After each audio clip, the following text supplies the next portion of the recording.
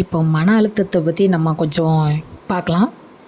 உலக அளவில் பார்த்தா நிறைய பேருக்கு மன அழுத்தம் என்ற ஒரு நிலை அப்பப்போ வந்துட்டு போகுது.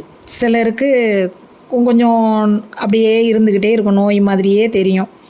மன அழுத்தத்தை ஆரம்பத்திலேயே நம்ம கண்டுபிடிச்சி அதிலிருந்து மீண்டு வர்றதுக்கு என்ன வழின்னு நம்ம பார்த்துக்கணும். இந்த காலகட்டத்தில் சிறுவர்கள் முதல் பெரியவங்க வர அதிகமாக மன அழுத்தத்தால் என்ன செய்கிறாங்க, பாதிக்கப்படுறாங்க. இது ஏன்னா எல்லாமே விரைவான உலகம், துரித நிலையில் எல்லாருமே பணம் சம்பாத்தியம் பண்ணுறதுக்காக எல்லாரும் வீட்டில் இருந்து வெளியில் நம்ம போய்கிட்டே வந்துக்கிட்டு இருக்கோம்.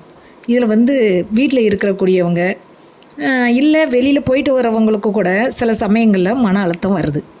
வீட்டில் இருக்கிறவங்களுக்கும் அந்த மன அழுத்தம் இருக்கிறதுக்கு காரணம் அவங்கக்கிட்ட யாரும் அன்பு காட்டுறதுக்கு ஆள் கிடையாது. நாம் மன அழுத்தம் என்றால் என்னங்கிறத தெரிஞ்சுக்கணும்.